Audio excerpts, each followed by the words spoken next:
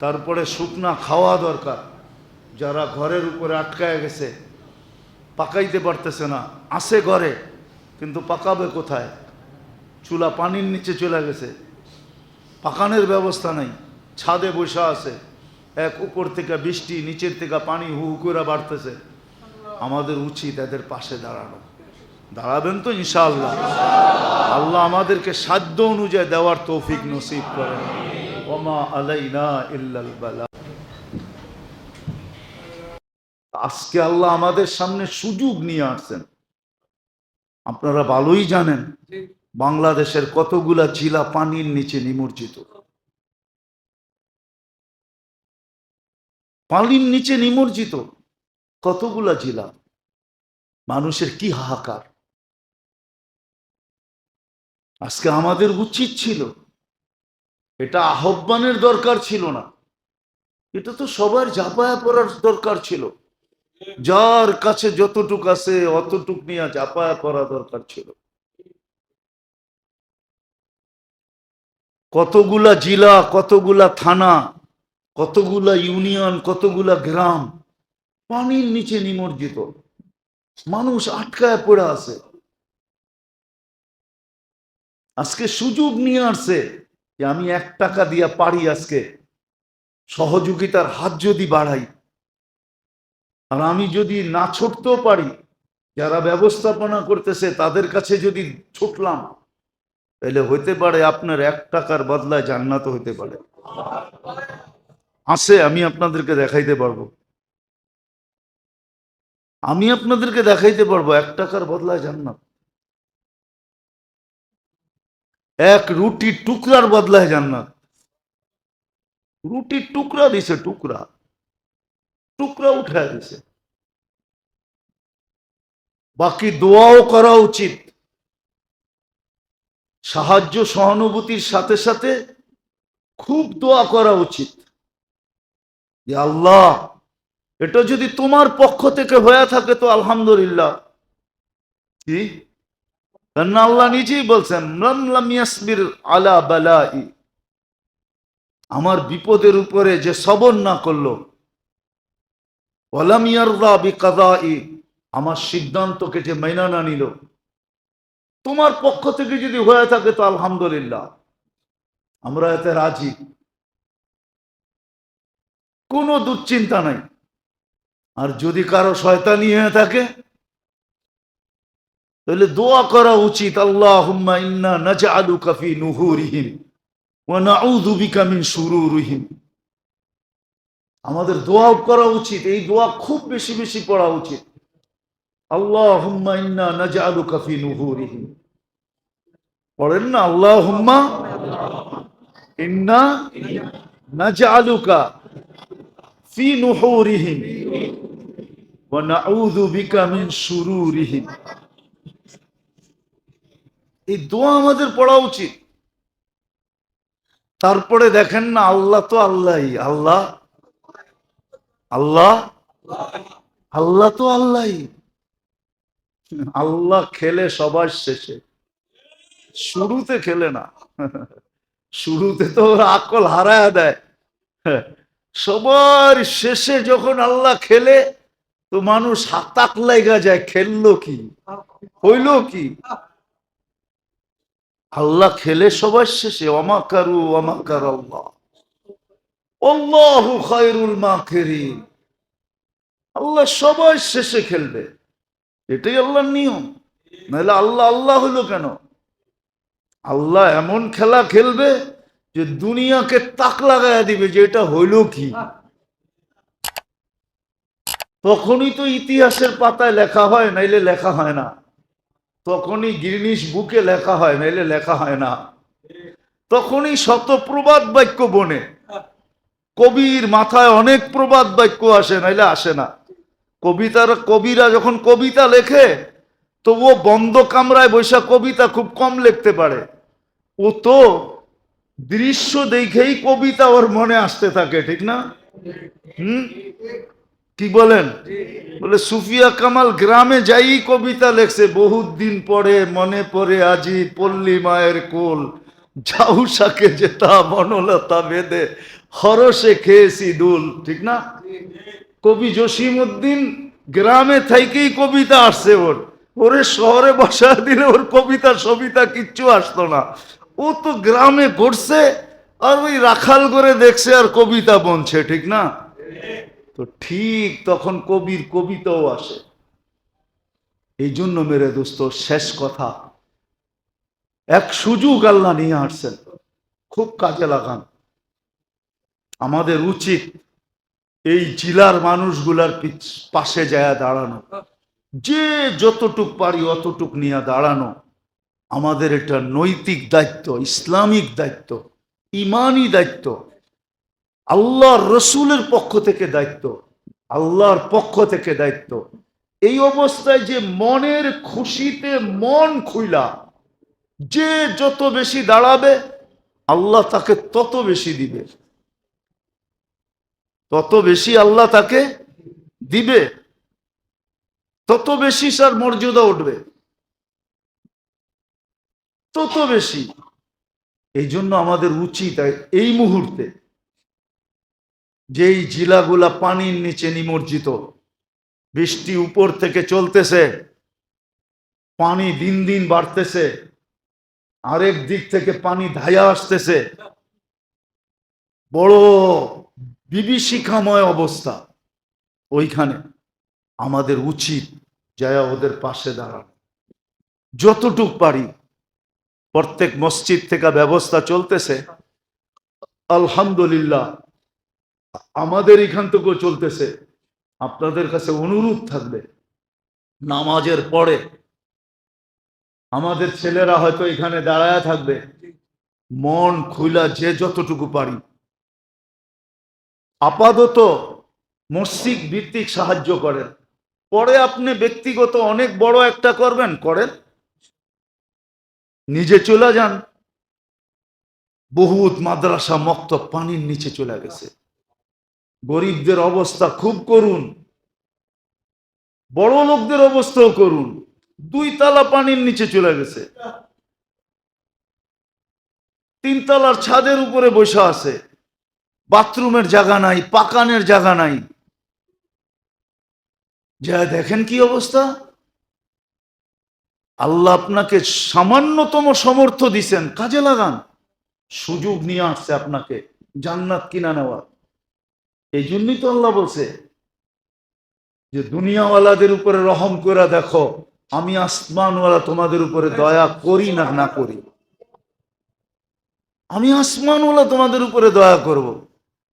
সমর্থ অনুযায়ী পাশে যায় দাঁড়ান। দ্বিতীয়, দোয়া করেন খুব, এখন দোয়ার সময়, দোয়া কবুলের সময়।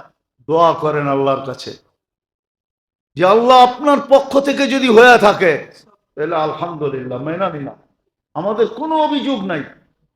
যদি কারো দুষ্টামি হয়ে থাকে তাহলে নাজআলুকা ফি নুহুরিহিম ওয়া নাউযু বিকা মিন শুরুরিহিম।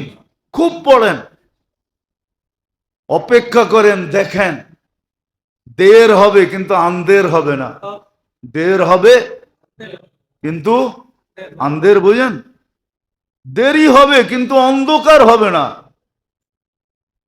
একদিন না একদিন দোয়া আপনার রং নিবেই নিবে, দুনিয়া দেখবে রং নিবে না না নিবে, কেমন রং নিল।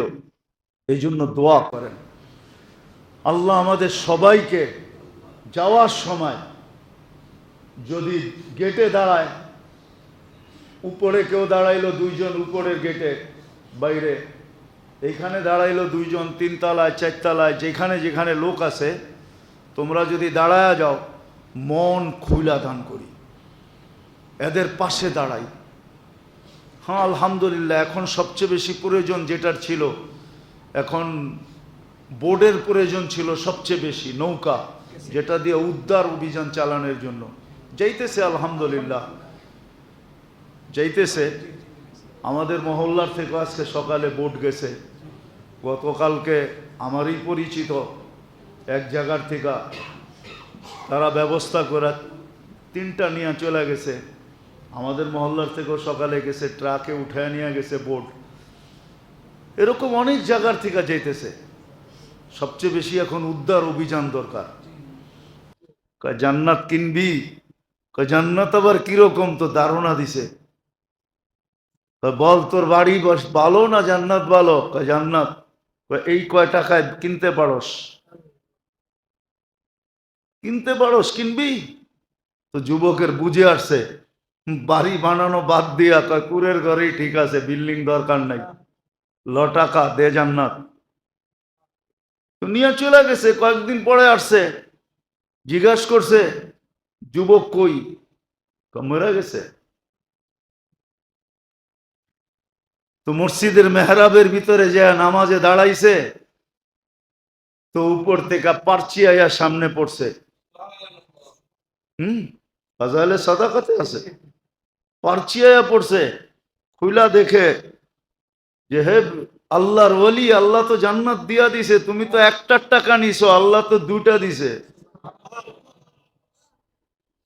ওয়াজানাল জান্নাতাইনি দান, তুমি একটারটা নিছো, দুটা দিছে আল্লাহ। পাশের এক যুবক জীবিত দাঁড়ায় বলতেছে, আমি ডাবল দিব, আমার একটা লেখা দাও।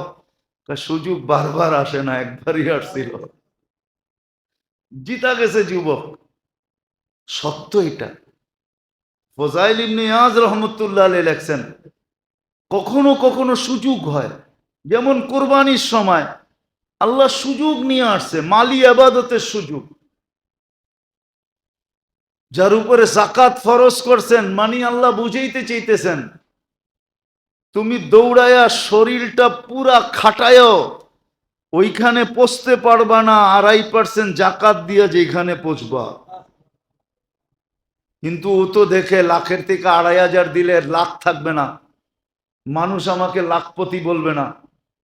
কোটির থেকে 2.5 লাখ দিলে মানুষ আমাকে কোটিপতি বলবে না। কোটি নাই, কোত্থেকে কোটিপতি বলবে? মানুষ তো এটা দেখে। এই জন্য জাকাতের সময় মালি, কোরবানির সময় মালি।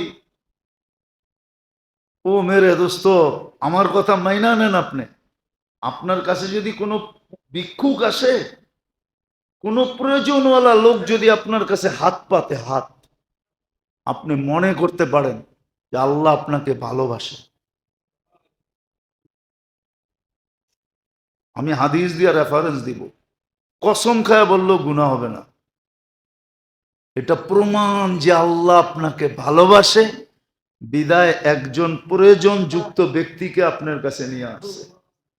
আপনি দিতে না পারেন, একটা হাস্য উজ্জ্বল চেহারা দেখান, হাসি মুখ তাকে দেখান, সুন্দর ভাষায় তাকে বুঝান যে বেটা আসলে তো আমার কাছে নাই, তুই ভাবছস আমার পোশাক আশাক চাল চলন উঠা বসা। অনেক সময় দেখা যায় কোটি টাকার মানুষকে দেখলে মনে হয় ফকির, ঠিক না? নাই এরকম? ওর বেশভূষাই এরকম, ঠিক না? কয় কান্দস কেন? কয় আমার চেহারাই এরকম, ওর চেহারাই এরকম, ওরে দেখলে মনে হয় ফকির, ঠিক না? কিন্তু কোটি কোটি টাকার মালিক, ঠিক না? আরেকজন দেখবেন কিচ্ছু নাই, কিন্তু পোশাক আশাক চেহারা চেহারা এরম মনে হয় যে অনেক টাকার মালিক বুঝি, ঠিক না? হ্যাঁ, ভাবভঙ্গি অন্যরকম, ঠিক না? তো বল, সুন্দর ভাষায় বুঝানো যে তুমি ভুল বুঝে চলে আসছো, আসলে আমাকে দেখতে যেরকম মনে হয় আমি আসলে ওরকম না। হায় আফসোস, আমি যদি পারতাম, যদি আমি দিতে, তুমি আমার কাছে আসছো। এটার আরেকটা সুরতও আছে, এটাও আল্লাহ রাখছেন। হ্যাঁ, হাদিসে আছে, কিতাবে লেখা আছে, মান কাদা লিহাজাতি আবদিহি, মান মাশা লিহাজাতি আবদিহি। সে যদি আরেকজনের কাছে নিয়ে যায় হাইটা, যে আমি তো পারলাম না, দেখি চেষ্টা করে হয় কিনা, আরেকজনের কাছে নিয়ে গেল, এলে চেষ্টার কারণে তার পিছনের গুনাহ মাফ হয়ে যাবে। সত্য। আমরা আসলে ফুটায় তুলতে পারতেছি না আপনাদের সামনে, যার কারণে বুঝে আসতেছে না। মালি আবাদত, যতটুকু দিছে। আপনি দেখেন কোরআন নামায় নিয়ে আসছে, কোরআন থেকে দেখাইতেছি, কোরআন থেকে দেখাইতেছি, কোরআন নামায় নিয়ে আসছে। রুটি মাত্র 3টা, কয়টা? হ্যাঁ, ঘরে মানুষ আছে 3 জনেরও বেশি, কিন্তু আইসা ফকির বলতেছে ইতইমুনা তুআমা আলা হুব্বিহি মিসকিনা। প্রথম মিসকিন আসছে, ফকির একটা উড়াইয়া দিয়া দিছে। তারপরে আসছে এতিম, এটাও উঠাইয়া দিয়া দিছে, একটা দিয়া দিছে। তারপরে আসছে কয়েদি, আসামি আসছে, তার হাতে উঠাইয়া দিয়া দিছে। ঘর কি আরো আছে না 3টা? খালি। আবার দিয়া কি বলতেছে, লা নুরিদু মিনকুম জাযাআন ওয়ালা শুকুরা, তোমাদের কাছ থেকে কোনো বিনিময় চাই না, ওইখান থেকে চাই। কোরআন নামায় নিয়ে আসছে, কোরআন, কোরআনে আছে, কোরআন বলতেছি, সূরা দাহরের ভিতরে আছে, হাল আতা আলাল ইনসানি হিনুম মিনাদ দাহরি লাম ইয়াকুন শাইআম মাযকুরা ওয়া ইউতঈমুনা আত-তুআমা আলা হুব্বিহি মিসকিনান ওয়া ইয়াতীমান ওয়া আসীরা। 3 রুটি দিয়া কোরআন নামায় নিয়ে আইছে। কয় রুটি দিয়া? 3 রুটি দিয়া কোরআন নামায় নিয়ে আইছে। আরে বাচ্চাদের খানা দিয়া কোরআন নামায় নিয়ে আইছে, তো কোরআনই আছে। ওয়া ইউসিরুনা আলা আনফুসিহিম ওয়ালাউ কানা বিহিম খাসাসা, বাচ্চাদের খাওয়া আছে। কইছে ফুসলায়া ঘুম পাড়ায় দাও, মেহমান কিন্তু নিয়ে আসছি আল্লাহ রসুল থেকে চায়া, না খাওয়ায় তো ঘুম পাড়ানো যাবে না, বাচ্চাদেরটাই খাওয়ায় দিই। বাত্তি তুমি নিবায়া দিবা, আমি অভিনয় করব খালি চপ চপ যে আমিও খাইতেছি, পুরাটা বাচ্চাকে খাওয়ায় দিব। আল্লাহর রসুল, রাত্র ছিল, রাত্র, ওই রাত্রের ভিতরে ফজরের আগে ওহি চলে আসছে, ওহি। আমি যদি বলি আল্লাহ জানে, বললে বলতে পারি এরকম, মনে হয় জিবরিল আলাইহিস সালাম এসে নবীজিকে ঘুমের থেকে উঠাইছে, ওঠেন, এমন ওহি আসছে, এটা ঘুমে থাকা এখন আর সুযোগ নাই, ওঠেন আগে ওহি শুনেন। যখন ফজরের নামাজে গেছে, আল্লাহ রসুল আগের থেকে অপেক্ষা করতেছে, ওই রাত্রে স্বামী স্ত্রী কি অভিনয় করলা, কেন? কোরআন তো চলে আসছে। তো ফজাইল ইবনে ইয়াজ রাহমাতুল্লাহ আলাইহি লেখছেন, লুকমাতুন ফি বাতনিন জায়, ক্ষুধার্ত ব্যক্তির মুখে এক লোকমা উঠায় দেওয়া আল্লাহর ঘর বানানোর চেয়ে বড় সওয়াব পাওয়া যায় কখনো কখনো, সুযোগ মতো দিতে পারলে। তো সম্পদ যতটুকুই দিছে, 1 টাকাও যদি দিয়া থাকে, সাহাবা দেখায় গেছেন, সাহাবা দেখায় গেছেন, কোরআন আমাদেরকে শিখায় দিছেন যে দেখো 3 রুটি দিয়া কোরআন নামায় ফেলছে, বাচ্চাদের খাওয়া দিয়া কোরআন নামায় ফেলছে। হাদিসের কাহিনী তো বাদই দিলাম, হাজারো হাদিসের কাহিনী আছে। আল্লাহ খুশিতে বাগ বাগ হয়ে গেছেন।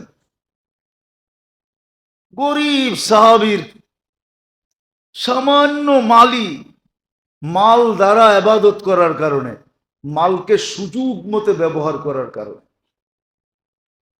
আর তৃতীয় যেটা বুঝাইতেছিলাম, সেটা হলো সময়, সময়ের সদ্ব্যবহার। যার সাথে সম্পর্ক বেশি, সমস্ত সুযোগগুলা, সর্ব ধরনের সুযোগগুলা তার দুয়ার পর্যন্তই আসে। হ্যাঁ, কখনো দেখা যায় সে সুযোগকে কাজে লাগায়, আবার কখনো দেখা যায় লাগায় না। আবার এটাও সত্য, সুযোগ হাত থেকে চলে যাওয়ার পরে সুযোগ আবার কখনো আফসোসের কারণও হয়, যে সুযোগ তো আসছিল, কাজে তো লাগাইলাম না, আজকে লাগাইলে কতই না উপকৃত হইতাম। তো আল্লাহ ভালোবাসে বিদায় সর্ব ধরনের সুযোগ বন্দার কাছে নিয়ে আসেন। আর এই নিয়ে আসার কারণটা হলো আল্লাহ বন্দাকে কাছে করতে চান, কাছে করতেও চান। দুনিয়ার সমস্ত বড় পদস্থ মানুষ সবাইকে কাছে করতে চায় না, এটা হলো দুনিয়ার সিস্টেম। দুনিয়ার যত বড় মানুষ আছে, উচ্চ পদস্থের মানুষ আছে, ওনারা সবাইকে কাছে করতে চান না। ওনারা কাছে কাউকে করলো বাইছা বাইছা করেন। আবার এই বাছার ভিতরেও তাকায় তাকায় দেখেন যে আমার স্বার্থ কতটুকু সিদ্ধি হবে।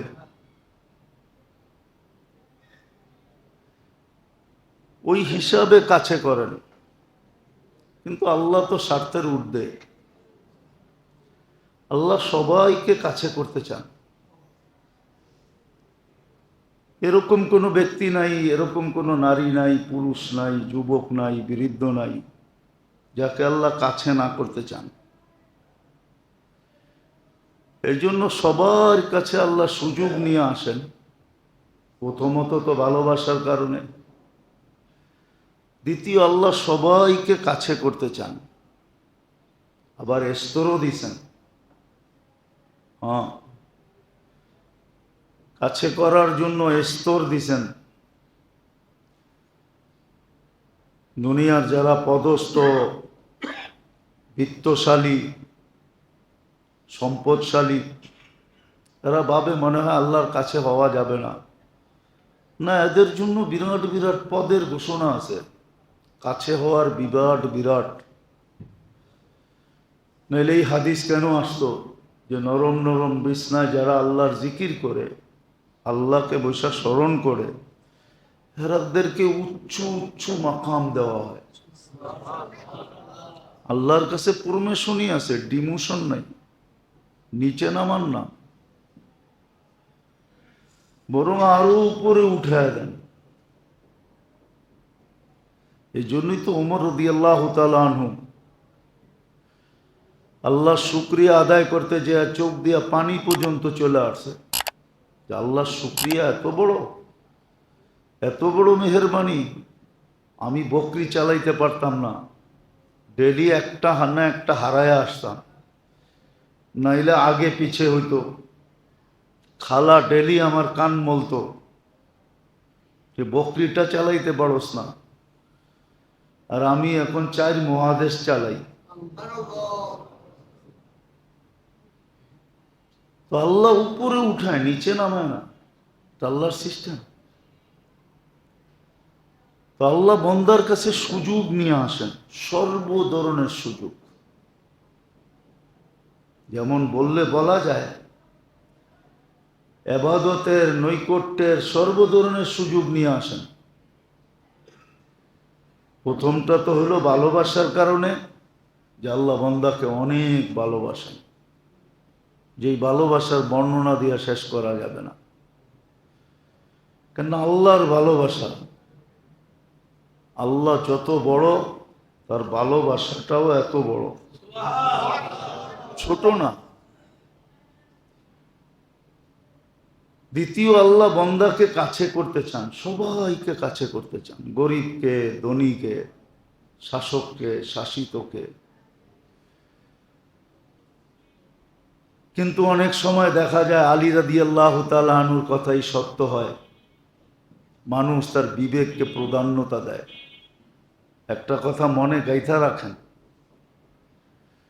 মুসলমান যদি ইসলামকে, দিনকে আকল দিয়া না বসতো, আকল, বিবেক, বুদ্ধি, বিদ্যা দিয়া যদি না বসতো, তুলনা না করতো, কম্পেয়ার না করতো,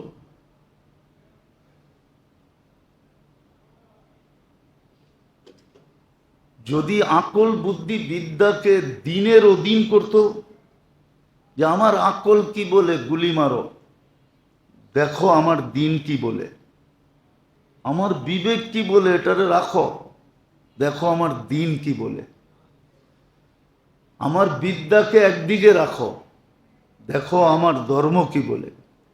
এটা যদি মুসলমান মানত, তাহলে আজকে মুসলমানের এই দুরবস্থা হতো না, আমাদেরও এই দুরবস্থা হতো না। আমরা দিনের অধীন না। এই জন্য আলী রাদিয়াল্লাহু তাআলা আনহু বলছেন, মানি তামাদা আলা আকলিহি দাল্লা। যে দিনকে তার বিবেক বুদ্ধির অধীন করবে সে গুমরাহ হবেই হবে। ওয়া মানি তামাদা আলা জাইহি দাল্লা। যে দিনকে তার পদের অধীন করবে সে একদিন না একদিন বেইজ্জত হবেই হবে। ওয়া মানি তামাদা আলা মালিহি। আর যে দিনকে মালের অধীন করবে তার মাল একদিন তার হাতছাড়া হবেই হবে। ও মানি তামাদা আলাল্লাহ। যে সব কিছুকে দিনের অধীন করবে তো লা তাল্লা ওয়ালা দাল্লা ওয়ালা কাল্লা, সে কোনোদিন গুমরাহ হবে না, কোনোদিন লজ্জিত হবে না, কোনোদিন তার কমবে না, কমবে না। আল্লাহর থিওরি একটা, আমাদের থিওরি একটা। আল্লাহর থিওরি একটা। আল্লাহ থিওরি দিছেন যে তুমি দিনের অধীন হয়ে যদি মাল খরচ করো তাহলে মাল আমরা কমতে দিব না। ইতিহাস বলে, ইতিহাস, কোরআনও এটাই বলে। যেমন আমরা ভাবি লাখ টাকার থেকে 2,500 জাকাত দিলে এখন আর লাখ রইল না, কত হলো? 98,500, ঠিক না? 97,500, লাখ আর নাই, ঠিক না? কোটির থেকে 2.5 লাখ দিলে এখন আর কোটি নাই, ঠিক না? 100 কোটির থেকে 2.5 কোটি দিলে এখন আর 100 কোটি নাই, ঠিক না? আমরা তো এটাই দেখি, ঠিক না? কি বলেন? এটা দেখি তো পিছে আসে 2,500, 2.5 লাখ, 2.5 কোটি। তো সে চোখে দেখে কমতেছে, আর আল্লাহর থিওরি হলো কমবে না। ওমান ইউকরিদিল্লাহ কারদান হাসানা ইউদাইফুহু। আল্লাহ বলে তুমি চোখে দেখতেছো কমতেছে, কিন্তু আমাদের থিওরি হলো, আমাদের রেজুলেশন হলো, আমাদের গঠনতন্ত্র হলো তোমারটা কমবে না। এই জন্য আব্দুর রহমান ইবনে আউফ রাদিয়াল্লাহু তাআলা আনহু অনেকবার মাল কমানোর জন্য সব সৎকা করে দিয়েছেন, যে এই ব্যবসার ঝামেলা আর ভাল লাগে না, আর এই মালের ঝামেলা আর ভাল লাগে না। উনি সব সৎকা করে দিয়েছেন। আল্লাহ রসুল বলছে, আব্দুর রহমান কমানের লেগে দিছ তো, কমবো না, আগামী বছর আরো দ্বিগুণ হইব। আর হইছেও ওনার দ্বিগুণ। উনি যখন চলে যান দুনিয়ার থেকে তো 47 লক্ষ কোটি টাকা ওনার ক্যাশ ছিল, ক্যাশ, ক্যাশ টাকা ছিল, কমে নাই, কমবে না। তো যেটা বুঝাইতেছিলাম, আজকে তো আমরা দিনকে নিজের বিবেক বুদ্ধি বিদ্যার অধীন করে চালাইতেছি। আবার বলেও আল্লাহ একটা আকল দিছে না। আরে আল্লাহ আকল দিয়া তো বইলেও দিছে যে এটা কোন জায়গায় লাগাইবা, না বইলা দেয় নাই, বলছে সব জায়গায় লাগাও, কিন্তু দিনের অধীন রেখা লাগাও, দিনের অধীন। দিনকে তোমার আকলের অধীন করো না। তো যেটা বুঝাইতেছিলাম, ভালোবাসার কারণে আল্লাহ আমাদেরকে সুযোগ আমাদের কাছে আইনা দেন। আরেকটা কারণ হলো আল্লাহ আমাদেরকে কাছে করার জন্য সুযোগগুলাকে আমাদের কাছে নিয়ে আসে। বদনী শারীরিক আবাদতের যত সুযোগ আছে ওটাও নিয়ে আসেন, শারীরিক আবাদত, আবাদত মানুষ কিছু শরীর দিয়া করে, এই সুযোগগুলো নিয়ে আসেন। আবার কিছু আবাদত আছে মালি, ওটা মাল দিয়া করতে হয়, ওটাও আল্লাহ আমাদের কাছে নিয়ে আসেন। আর তৃতীয় আরেকটা আছে, সেটা হলো সময়গুলাকে মূল্যায়ন করার মাধ্যমে। আর সময়টাও আল্লাহ আমাদের কাছে ঘড়ির কাঁটা ঘুরায় নিয়ে আসেন। সূর্যের ডুবার উঠা নিয়ে আমাদের কাছে নিয়ে আসেন সময়ের সুযোগগুলা, সময়ের সুযোগগুলা। এই জন্য কবি লিখতে বাধ্য হয়েছেন, আমা সব সবে কদর আগার কদর দান। প্রত্যেক রাত্রকে তুমি সবের কদর বানাইতে পারো যদি তুমি এটার মূল্য বোঝো। মূল্যবোধ যদি তোমার কাছে থাকে, মূল্যায়ন যদি তোমার কাছে থাকে, তুমি যদি মূল্য দিতে জানো, তো প্রত্যেকটা রাত্রই সবে কদর, লাইলাতুল কদরের মতো মর্যাদা রাখে। তো তিনোটাই আল্লাহ আমাদের কাছে নিয়ে আসেন। একটা তো হলো ভালোবাসা, আর একটা হলো আল্লাহর কাছে করার জন্য।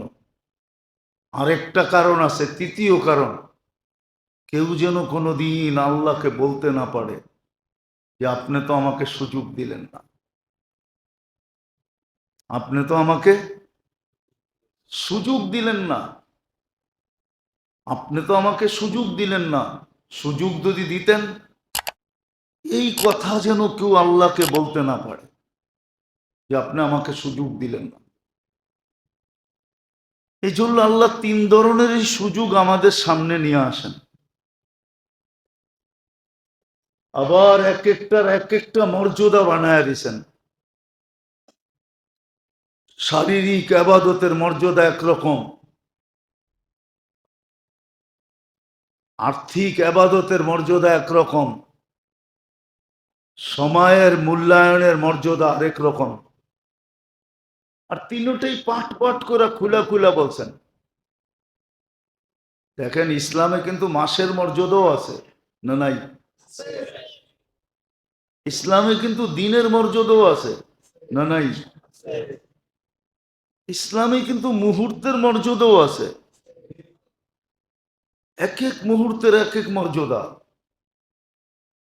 গরিব যদি হজ না কইরো ইচ্ছা করে যে ডেলি আমি হজের সওয়াব কামাবো, তার জন্য সুযোগ রাখা আছে। ফজর পড়া আধা ঘন্টা বসে থাকুক না, আমাদের ফজরের নামাজ তো হয়ই আধা ঘন্টা হাতে সময় নিয়া।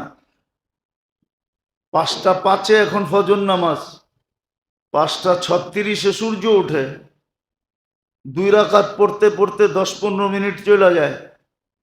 আর আধা ঘন্টা যদি বসে থাকলো আর 2 রাকাত নামাজ পড়লো, তো পইরেই গরিব আলহাজ লিখতে পারে। বললাম আর কি, কেননা 2 রাকাত এশাকের পড়তে দেরি, হজের সওয়াব। তো সেও তো কইতে পারে ডেলি যে আমি ডেলি আলহাজ হই। আলহাজ বোঝেন না মনে হয়? মাঝে মাঝে দেখি অনেকজন আমগরে ফোন করে, নামের পরিচয় দেয়, আলহাজ অমুক আমি। কি এটা একটা ট্রেডিশন হয়ে গেছে আলহাজ। এখন গরিব যদি পাশে থাকে, ও মুস্কি হাসি দিয়া বলতে পারে, একবার হজ করি আপনি আলহাজ বলেন, আমি তো ডেলি ফজরের পর একবার করে হজ আমল নামায় লেখাই, তাইলে আমার কত বড় আলহাজ লেখা দরকার, ঠিক না?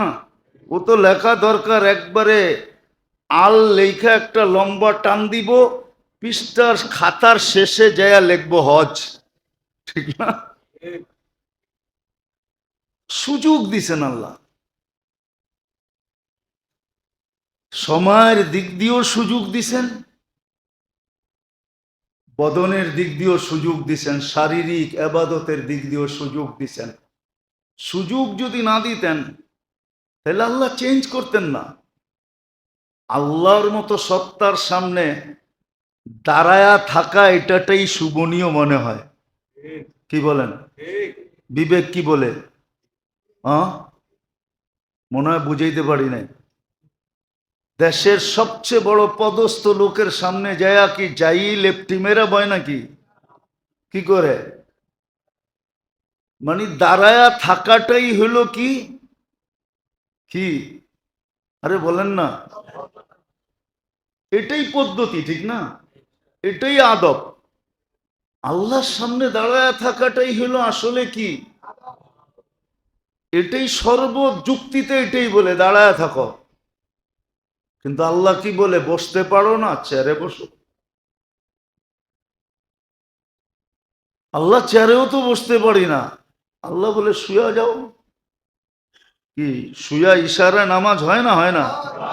হ্যাঁ, কিন্তু আসলে বিবেক কি বলে, প্রথমটা কি বলে, আল্লাহর সামনে দাঁড়ায় থাকাটাই যুক্তিসঙ্গত, ঠিক না? হ্যাঁ, সর্বদিক দিয়ে আল্লাহর মতো সত্তার সামনে বইব, ভয় তো ভয় কি করে, দাঁড়াই থাকা উচিত। কিন্তু আল্লাহ বান্দাকে সুযোগ দিছে, না দাঁড়াইতে পারো না, বসো। আল্লাহ বসতে পারি না, শো। আল্লাহ রুকু সেজদা করতে পারি না, ইশারা করো, ইশারা করো তুমি, ইশারা করো।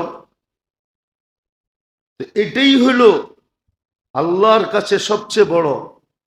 আল্লাহ সুযোগ দিছে বান্দাকে, শারীরিক ভাবে সুযোগ, শারীরিক আবাদতের জন্য সুযোগ দিছেন, যেটাকে আবাদতে বদনি বলে, শারীরিক আবাদতের সুযোগ শেষ মুহূর্ত পর্যন্ত দিছেন। ইশারা যেটা, এটা শেষ মুহূর্ত। বলে এরপরে না পারলে অপেক্ষা করো, দেখো, তুমি সুস্থ হওয়া পর্যন্ত অপেক্ষা করো। যদি সুস্থ হইলা, তাইলে তুমি এটাকে রিপিট করলা, কাজা করলা। আর সুস্থ হইলা না, তাহলে আমরাও লিখবো না, আমরা লিখবো না, বরং উল্টাটা লিখবো, তোমাকে সোয়াব দিব, সোয়াব। এটা কাজা লেখা হবে না। এরকম মালের দিক দিয়ে আল্লাহ সুযোগ নিয়ে আসছেন, যাদেরকে সম্পদ দিছেন। অনেক সময় দেখা যায়, যেরকম হাদিস মনে উঠলো বলতেছি, গরিব মানুষের সবচেয়ে বেশি, বিপদগ্রস্ত মানুষের সবচেয়ে বড় অভিযোগ আল্লাহর উপরে, আমাদের উপরে বিপদ আনলেন কেন, আমাকে গরিব বানাইলেন কেন। যেমন বাংলায় গান আছে, কবিতা আছে, যে আমাকে গরিব বানাইলেন কেন, আর মক্কা মদিনা দূরে করলেন কেন। আমাকে যদি গরিব না বানাইতেন আর মক্কা মদিনা দূরে না করতেন, কাছে থাকতো, তাহলে রিক্সা দিয়ে যেতাম গা, নাইলে হাইটেই যেতাম, ঠিক না? আর যদি ধনী বানাইতেন তো টাকা দিয়ে যেতাম। কিন্তু আল্লাহ, এই অভিযোগ ভুল। কেননা আল্লাহ 14 ভাবে মানুষকে হজের সোয়াব দেওয়ার জন্য তৈরি আছেন। কয়ভাবে? 14 প্রকার, 14 ভাবে হজের সোয়াব নেওয়া যায়। একটা করেন নাই, 14টা করছেন।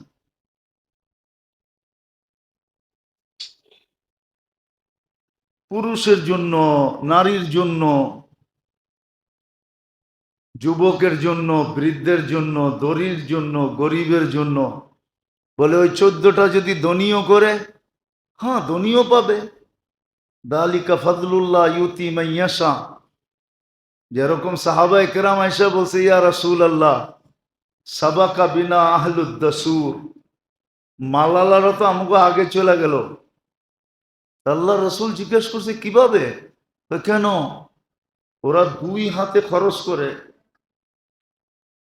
আমরা তো খরচ করতে পারি না, আমরা তো পিছে রয়ে গেলাম। আল্লাহ রসুল চুপে চুপে এদেরকে দোয়া শিখাইয়া দিছে, সুবহানাল্লাহ আলহামদুলিল্লাহ ওয়ালা ইলাহা ইল্লাল্লাহ আল্লাহু আকবার। দোয়া শিখাইয়া দিছে, এটা পড়ো। তো কথা কি আর চাপা থাকে নাকি? দেওয়ালের তো কান থাকে। এটা ধনীরাও জানছে, যাই না ওরাও পড়া শুরু করছে। তো বলছে, ইয়া রাসূল আল্লাহ, এটা তো ধনীরাও পড়ে, এখন দিলেন তো আমাগরে, পড়তেছে ওরা। তা আল্লাহর রাসূল বলছে, যালিকা ফাদলুল্লাহ ইউতি মাইয়াশা। তারপরে আবার চুপে চুপে কানে বলছে, শোনো, তোমরা যে গরিব, তোমাদের যে খরচ করার আকাঙ্ক্ষা, ডেলি যে তোমাদের ভিতরে আকাঙ্ক্ষা জাগে, তো আল্লাহ এই আকাঙ্ক্ষার বিনিময়ে ধনীদের দান করার সমপরিমাণ সওয়াব তোমাদেরকে দিবে। তো সবাই মিছিল করতে করতে বাইরে গেছে। যাক, তাহলে দেখা যায় আমাগো রাস্তা খুলে গেছে। আমরা যে ডেলি আকাঙ্ক্ষা করি যে আমরা দিতে পারতেছি না, ওটার সওয়াবও দেখা যায় আল্লাহ আমাদেরকে দিবে। তো যেটা বুঝাইতেছিলাম, সুযোগ কিন্তু আল্লাহ আমাদের সামনে নিয়ে আসতেছেন। সুযোগ আসতেছে আমাদের সামনে। বদনী আবাদতেরও সুযোগ আল্লাহ নিয়ে আসতেছেন তিন কারণে। এক তো আল্লাহ ভালোবাসেন, দ্বিতীয় আল্লাহ কাছে করতে চান, তৃতীয় কেউ যেন আল্লাহকে প্রশ্ন না করতে পারে যে আপনি আমাকে সুযোগ দেন নাই। সুযোগ দিলে তো কইরা দেখায় দিতাম। এই জন্য শারীরিক সুযোগ আল্লাহ নিয়ে আসেন, বদনী আবাদতের সুযোগ। এই জন্যই তো বলছে ফাক্তানি, সুবর্ণ সুযোগ মনে করো তুমি, সুবর্ণ সুযোগ, সুবর্ণ সুযোগ মনে করো তুমি। ফাক্তানিম ইকতানিম খামসান ক্বাবলা খামসিন, পাঁচ জিনিসের আগে পাঁচ জিনিসের মূল্যায়ন করো, খুব মূল্যায়ন করো। সুবর্ণ সুযোগ মনে করো, খুব মূল্যায়ন করো, সাধ্য অনুযায়ী করো, যতটুকু চেষ্টা করতে পারো অতটুকু করো। হায়াতুকা ক্বাবলা মাউতিকা, জীবনের মূল্যায়ন করো মৌত আসার আগে। শাবাবুকা ক্বাবলা হারামিকা, যৌবনের মূল্যায়ন করো বৃদ্ধ হওয়ার আগে। যত খাটানো যায় যৌবন অবস্থায়, শরীরকে আবাদতের ভিতরে যত খাটানো যায় খাটাও। আবাদতের ভিতরে যত খাটানো যায় খুব খাটাও। বয়স পাইলে তুমি একদিন বৃদ্ধ অটোমেটিক হবে, যৌবন একদিন হারায় যাবে। হুম, একদিন হারায় যাবে। ফারাগুকা ক্বাবলা শুগলিকা, যতটুক সময় তুমি ফারেক পাও, কর্মব্যস্ততাহীন যতটুক সময় পাও, এটাকে খুব কাজে লাগাও, খুব ইবাদতে লাগাও, বন্দেগীতে লাগাও, খুব লাগাও। গিনাউকা ক্বাবলা ফাকরিকা,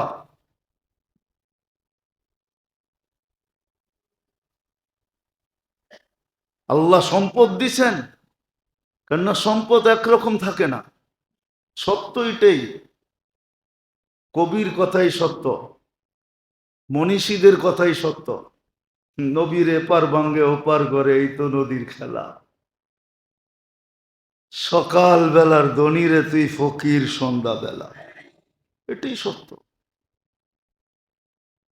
এই জন্য আদম আলাইহিস সালাম ওনার প্রথম ছেলেকে, শীস আলাইহিস সালামকে, ওনার প্রথম ছেলে যে নবী হন, ওনাকে নসিহত করছিলেন কয়েকটা, তার ভিতরে একটা বলতেছি, সবগুলো না। তো উনি বলছিলেন ছেলেকে, ছেলে, যেই অবস্থায় যেখানেই থাকো, এটাকে চিরস্থায়ী মনে করো না, অবস্থাটাকেও চিরস্থায়ী মনে করো না, অবস্থাটাকেও আর জায়গাটাকেও চিরস্থায়ী মনে করো না। এই দুটা ভুল কিন্তু আমার কাছ থেকে হয়ে গেছে। আমি জান্নাতকে চিরস্থায়ী মনে করছিলাম, যে মনে হয় এখান থেকে আর কোনোদিন বাহির হইতে হবে না, এইখানেই আমি চিরদিন থাকবো। এই ভুল কিন্তু আমার থেকে হয়েছে, আমি জান্নাতকে চিরস্থায়ী মনে করছি, জান্নাতের অবস্থানটাকেও চিরস্থায়ী মনে করছি, কিন্তু আমি চিরদিন থাকতে পারি না, বিধায় তোমাকে নসিহত করতেছি চিরস্থায়ী মনে করবে না। সত্য এটাই। এই জন্যই সুযোগ আল্লাহ নিয়ে আসেন, এই জন্যই বলছেন কেনাউকা কবলা ফকরিকা, এখন মাল আছে কালকে নাও থাকতে পারে, এখন মাল আছে কালকে নাও থাকতে পারে। আল্লাহ কিন্তু মানুষকে বুঝেইছেন, কিন্তু মানুষ বোঝে নাই, বললাম না। না বুঝার কারণ কি জানেন? ওই যে একটু আগে বললাম না, সবাই ধর্মকে, দুনিয়াটাকে, সিস্টেমটাকে বিবেক বুদ্ধি বিদ্যা এটার অধীন করে বসতে চাইছে। আর বিবেক তো এরকমই, বুদ্ধি তো এরকমই, দুনিয়াবি বিদ্যা তো এরকমই, যে মানুষকে ও শুধু নিয়ে খেলবে। কি করবে? কি করবে? খেলবে, খেলবে। গোল হইলে ফুটবল রে চুমাও দেয়, ঠিক না? দেখছেন ফুটবল খেলা? দেখছেন কখনো? দেখেন টেকেন তা না মনে হয়, ঠিক না? দেখেন গোল যখন হয়, তো যে গোল দেয় ও দেখবেন ফুটবলটা নিয়ে চুমা দেয়, আবার একটু পরেই লাথি দেয়, ঠিক না? আরে যদি প্রশ্ন করেন ওই বেউকুফ, একটু আগে না চুমা দিলি, চুমার জিনিসটা আবার পায়ে লাগাস কেমনে? কি যুক্তিতে হয় এটা? লজিকে হয়? একটু আগে চুমা দিলাম এটাকে, এখন ঠোঁটের জিনিসটা আবার পায়ে লাগাইতেছে, ঠিক না? ওর তো উচিত ছিল যেটারে চুমা দিছি এটা বাদ, নতুন একটা বল নিয়ে আয় যেটার গায়ে চুমা লাগে নাই, ঠিক না? মানুষ এরকমই, এটাই মানুষের নীতি। যখন ধর্মকে, ইসলামকে, দিনকে, আল্লাহ রসুলের শিক্ষার অধীন নিজেকে না করবে, তখন বিবেক বুদ্ধি বিদ্যা ওরে নিয়ে খেলবে। কি করবে? মাঝে মাঝে ভাববে ওই ফুটবলের মতো, যখন চুমা দিবে ফুটবল যদি চিৎকার দিয়ে ওঠে আমি উঠছি স্বর্গে, ঠিক না? হ্যাঁ, তো চিৎকার দিলে কোনো লাভ নাই, একটু পরেই আবার পায়ে দিবেন লাথি। সত্য এটা, কিন্তু মানুষ বুঝতে চায় না। আমরা তো বুঝাইতে কম চেষ্টা করি না, অনেক আঙ্গিকে বুঝাইতে চাই, কিন্তু আপনারা যে কেন বোঝেন না এটাও বুঝি না। মনে হয় দোষ আমারই, কথার ভিতরে আমার কোনো তাসির নাই, নাইলে বুঝবে না কেন? তো বলে চতুর্থ যেটা, সেটা হলো মাল আছে সুবর্ণ সুযোগ মনে করো, দারিদ্রতা আসার আগে। কেননা মাল এরকম জিনিস, কয়েকটা জিনিস কারো হাতে চিরদিন থাকে না, তার ভিতরে একটা হলো মাল। মাল মানুষের হাতে চিরদিন থাকে না, এটা চিরদিন থাকে না, এটা খালি গোলাটিক হাত বদল হইতে থাকে। আর পঞ্চম হইল সেহাতুকা কাবলা মারদিকা, সুস্থ যখন খুব কাজে লাগাও, কেন অসুস্থ তুমি কখন হবে তুমিও জানো না। অসুস্থতা তোমাকে সিগন্যাল দিয়ে আসবে না, তোমাকে বইলা কয়ে আসবে না। এই জন্য সুস্থ সময়টাকে কাজে লাগাও। তো যেটা বুঝাইতেছিলাম, আল্লাহ সুযোগ নিয়ে আসেন ভালোবাসার কারণে, আল্লাহ বন্দাকে নিজের কাছে করার জন্য। আরেকটা হলো কোনো বন্দা যেন আল্লাহর কাছে এই কথা না বলতে পারে যে আল্লাহ আপনি আমাকে সুযোগ দিলেন না। তো আল্লাহ বদনী আবাদতের সুযোগ নিয়ে আসেন, শরীর যতক্ষণ পর্যন্ত আছে বদনী আবাদত,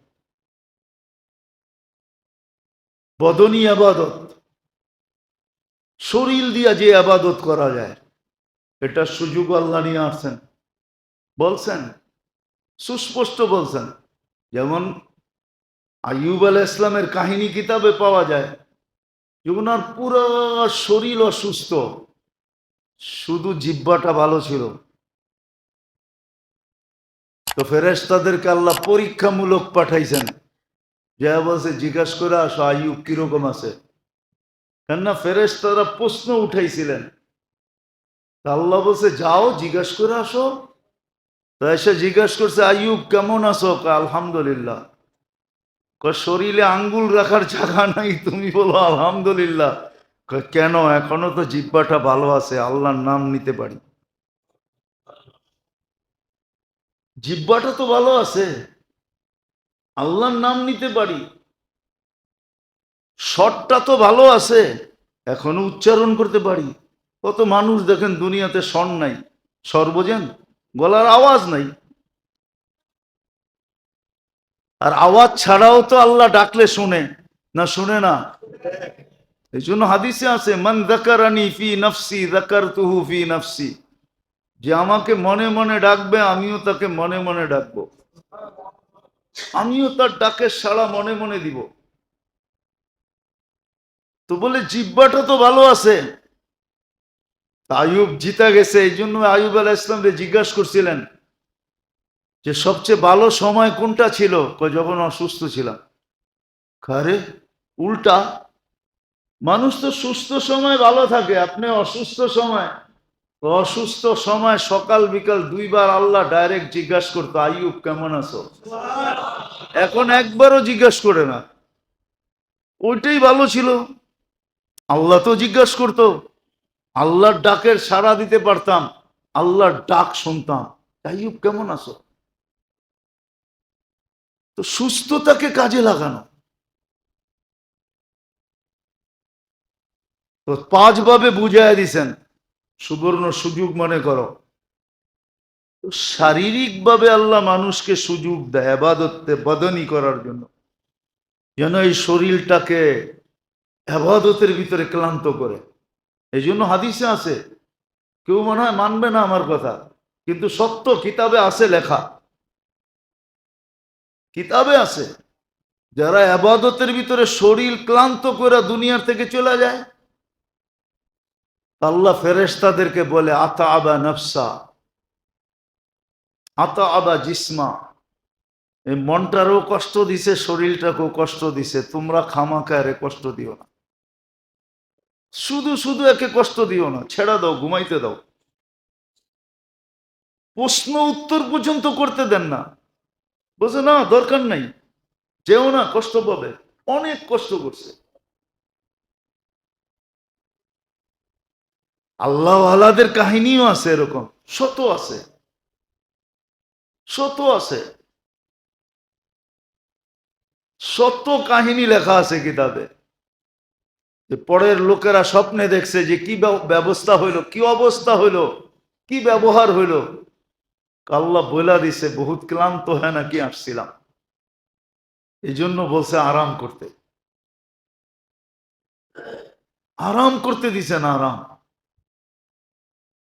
আমাদের তাবলিগের জগতে ইউসুফ রহমতুল্লাহ আলাইহি ছিলেন, উনি যখন মারা যান, তো ওনার মার সামনে যখন লাশ আনছেন, তো চেহারার থেকে কাপড় সরায়া কপালে চুমা দিয়া বসে, বেটা কবি শোকে নি দেখা, তুই তো কখনো ঘুমাস নাই, আমি দেখি নাই তোকে কখনো ঘুমাইতে, চল মিঠি নিন সোজা, এখন একটু ঘুমায় নে। সত্য এটা, শরীরকে খাটানো ইবাদতের ভিতরে, যতটুক খাটতে পারে। আরে আরাম করার তো সুযোগ আসবে, ইনশাআল্লাহ আসবে। হ্যাঁ, মোমেনের আরাম তো কবরে হবে। নাম কানৌমতিল আরুস, আল্লাহ সুযোগ নিয়ে আসছেন 3 কারণে। আবারও ভালো মতে মনে রাখি, আল্লাহ ভালোবাসেন, কাছে করতে চান, কেউ যেন প্রশ্ন না করতে পারে আপনি আমার কাছে সুযোগ দেন নাই। এই জন্য তো আমি বলি, এই উম্মতকে আল্লাহ এত বড় বড় সুযোগ দিছেন, যদি একটা ক্যাচ করতে পারে, ক্যাচ, ক্যাচ বোঝেন, ক্যাচ আউট করে না, ক্যাচ আউট বোঝেন, একটা যদি ক্যাচ করতে পারে, ধরতে পারে, তাহলে জিন্দেগি বইনা যাবে। একটা যদি ধরতে পারে। আরেকটা হলো মালি আবাদত, আল্লাহ যতটুকু দিছেন মাল, শিকা চাই, তালাশ করা চাই। এই জন্যই তো বহুত বড় মনীষী আল্লাহওয়ালা দুই হেরেমের ইমাম ফুজাইল ইবনে ইয়াজ রহমতুল্লাহ আলাইহি তাবেঈ, যারা সাহাবাদের সোহবতে থাইকা বড় হইছেন, উনি লেখছেন কখনো কখনো মালি আবাদত এরকম হয়, মালি আবাদত এরকম হয়, কখনো কখনো মালি আবাদত এরকম হয়, মালি আবাদত এরকম হয়। ওই যে কিতাবে পড়ছেন না, আয়সা বলতেছে যুবক কত খরচ করবে এই বাড়ির পিছনে, এত, তারপরে শুকনা খাওয়া দরকার। যারা ঘরের উপরে আটকায় গেছে, পাকাইতে পারতেছে না, আসে ঘরে কিন্তু পাকাবে কোথায়? চুলা পানির নিচে চলে গেছে, পাকানোর ব্যবস্থা নাই, ছাদে বসা আছে, এক উপর থেকে বৃষ্টি, নিচের থেকে পানি হু হু করে বাড়তেছে। আমাদের উচিত এদের পাশে দাঁড়ানো। দাঁড়াবেন তো ইনশাআল্লাহ? আল্লাহ আমাদেরকে সাধ্য অনুযায়ী দেওয়ার তৌফিক নসিব করেন। ওমা আলাইনা ইল্লাল বালা।